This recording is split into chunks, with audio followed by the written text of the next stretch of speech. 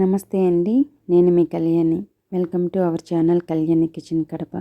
ఈరోజు ఈ వీడియోలో దివాళీ స్పెషల్ స్వీట్ రెసిపీ బెల్లం అరిసెలు నేను ఎలా తయారు చేస్తానో వీడియోలో చూపించేస్తాను. ఈ దీపావళికి నోములు పెట్టుకునే వాళ్ళు కంపల్సరీగా ఇలా పంచదార అరిసెలు, బెల్లం అరిసెలు తయారు చేసి లక్ష్మీదేవికి ప్రసాదంగా పెట్టి పూజిస్తారు. మా అత్త అయితే ప్రతి దీపావళికి నోములకు పెట్టుకుంటుంది.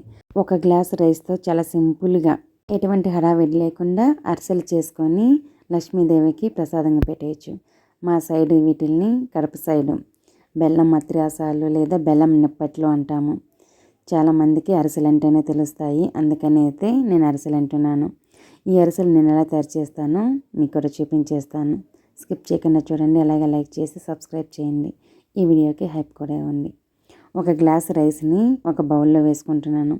ఇవి రేషన్ బియ్యం అండి. ఈ ప్లేస్లో మీరు సోనా మసూర్ అయినా తీసుకోవచ్చు, కానీ బెల్లం అరిసెలకి ఇలా రేషన్ బియ్యము, పాత బియ్యం అయితే బాగా మెత్తగా టేస్ట్గా బాగుంటాయి. వీలైతే పాతవి రేషన్ బియ్యం తీసుకోండి, బాగా వస్తాయి. బాగా శుభ్రంగా 2-3 సార్లు కడిగేసి నీళ్ళు పోసి నానపెట్టాలి. నేను 4 to 5 hours అయితే నానపెట్టాను.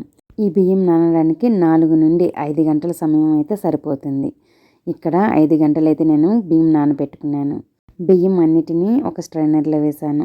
బియ్యంలో ఉన్న నీళ్ళు మొత్తం పూర్తిగా వడిగిపోవాలి. అలా నీళ్లు పోయిన వెంటనే ఒక శుభ్రంగా ఉన్న పొడి క్లాత్ తీసుకొని నీళ్ళపైన వేసేసి దానిపైన బియ్యం వేసేయాలి. కాటన్ క్లాత్ వేయండి, మనకి బియ్యంకున్న తేమ మొత్తం బాగా పీల్చేసుకుంటుంది. అలా బియ్యం వేసేసి పల్చగా చేశారంటే బాగా తొందరగా ఆరిపోతాయి. ఎండలో పెట్టకూడదు, ఇంట్లోనే ఫ్యాన్ గాలికి ఆరబెట్టుకుంటే సరిపోతుంది. ఇప్పుడు ఆరిపోయాయండి, పొడి పొడిలాడుతూ వచ్చేసాయి. బియ్యం కూడా తేమ ఉన్నాయి. మనకి చేతికి తేమ అనేది అంటుకోకూడదు, కానీ రైస్ మాత్రం తేమ అనేది ఉండాలి, చల్లగా ఉండాలి రైస్ అనేది. అలాంటి టైంలో ఒక ప్లేట్లో కానీ బౌల్లో కానీ వేసేసుకోండి. ఇప్పుడు వీటిల్ని గ్రైండ్ చేసుకోవాలి. నేను కొద్దిగానే తయారు చేసి చూపించేస్తున్నా కాబట్టి మిక్సీ జార్లో వేసి గ్రైండ్ చేసుకొని జల్లించుకుంటున్నాను. మీరు క్వాంటిటీ రైస్ ఎక్కువ తీసుకునేట్టుగా ఉంటే మిల్లు పట్టించుకోండి, లేదు పూజ వరకు ఒక గ్లాస్ అయినా చాలు అనుకుంటే ఈ విధంగా మిక్సీ జార్లో కొద్దిగా వేసుకొని మూత పెట్టుకొని ఫైన్ పౌడర్ లాగా గ్రైండ్ చేసుకోవాలి. గ్రైండ్ చేసుకున్న ఈ బియ్యం పిండిని ఒక ప్లేట్లో జల్లెడ పెట్టుకొని జల్లెడలో వేసేసి బాగా జల్లించుకోండి. ఇదే విధంగా మిక్సీ జార్లో జల్లించుకున్న నూక, బియ్యము అన్నీ వేసి గ్రైండ్ చేసుకొని ఈ విధంగా అదుము పెట్టుకోండి పిండిని. అలా చేయడం వల్ల గాలికి పిండి అనేది ఆరిపోదు, తడి ఉంటుంది. మూత పెట్టేశాను. ఇప్పుడు ఈ నూక అయితే మిగిలింది కదా, సన్నగా బొంబాయి రవ్వలాగా ఉంటుంది. బొంబాయి రవ్వలో ఈ రవ్వ కలిపేసి ఉప్మా చేసుకోండి, చాలా బాగుంటుంది. లేదా గంజి కాసుకోండి, అలా కూడా బాగుంటుంది. ఇప్పుడు స్వీట్కి సరిపడా బెల్లం కట్ చేసుకోవాలి. ఒక గ్లాసు రైస్ తీసుకున్నాను కదా, సేమ్ అదే గ్లాస్తో 1/2 గ్లాసు బెల్లం అయితే కట్ చేసుకున్నాను. ఇలా చిన్న ముక్కలుగా కట్ చేసిన బెల్లంని ఒక గ్లాసులో వేస్తున్నాను. మీరు కొలతలకి ఒకటే పెట్టుకోండి, గ్లాస్ అయినా కప్ అయినా. అలా కరెక్ట్గా కొలతలతో చేసుకున్నారంటే బెల్లం అరిసెలు చాలా బాగా వస్తాయి. ఇక్కడ బెల్లం కట్ చేశాను, ఒక గ్లాసులో వేసేసుకున్నాను.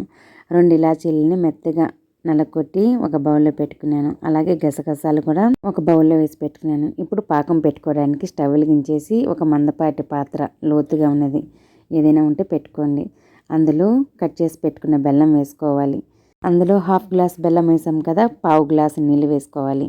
ఫ్లేమ్ని లో ఫ్లేమ్లో పెట్టేసి కొంచెమే క్వాంటిటీ బెల్లం కాబట్టి లో ఫ్లేమ్లో పెట్టి కరిగించుకున్నాను. మీరు క్వాంటిటీ ఎక్కువ చేసుకున్నట్టుగా ఉంటే లో టు మీడియం ఫ్లేమ్ని అడ్జస్ట్ చేసుకుంటూ ఉండండి, సరిపోతుంది.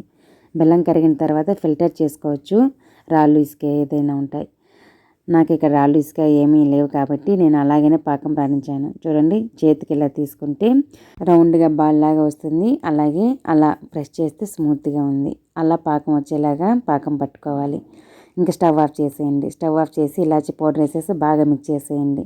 మిక్స్ చేసిన వెంటనే బియ్యం పిండి వేసేసి కలుపుతూ ఉండాలి.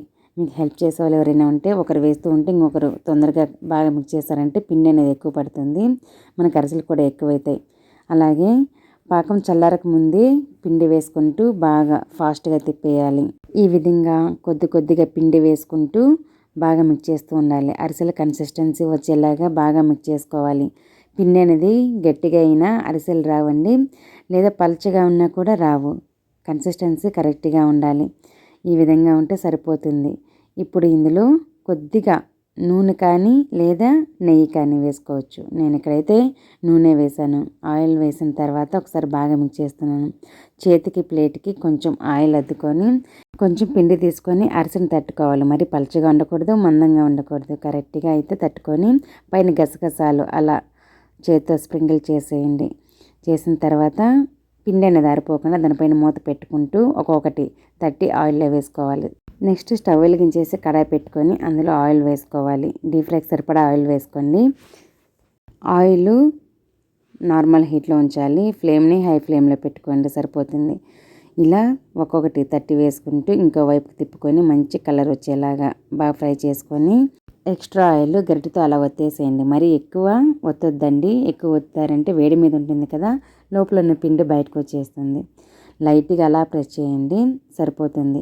ఇలా ఈ విధంగా ఒకటి తర్వాత ఒకటి వేసుకుంటూ అరిసెలని తయారు చేసుకోవచ్చు. అరిసెలు తయారు చేయాలంటే ప్రాసెస్ ఎక్కువ, 2-3 ఉండాలంటారు, కానీ నేను ఒక్కదాన్నే తయారు చేసుకున్నాను.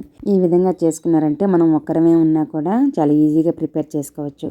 బెల్లం అరిసెలు అయితే రెడీ అయిపోయాయండి. ఈ దీపావళికి ఈ ట్రెడిషనల్ రెసిపీ స్వీట్ బెల్లం అరిసెలు రెసిపీ నచ్చితే మీరు కూడా మీ ఇంట్లో తప్పకుండా ఒకసారి ట్రై చేసి ఇంటిల్లిపాది హ్యాపీగా ఎంజాయ్ చేయండి. చాలా అంటే చాలా బాగుంటాయి. ఫుల్ వీడియో చూసిన వాళ్ళందరికీ చాలా థ్యాంక్ యూ అండి. ఇంకో మంచి రెసిపీతో వస్తాను. Thanks for watching. బాయ్.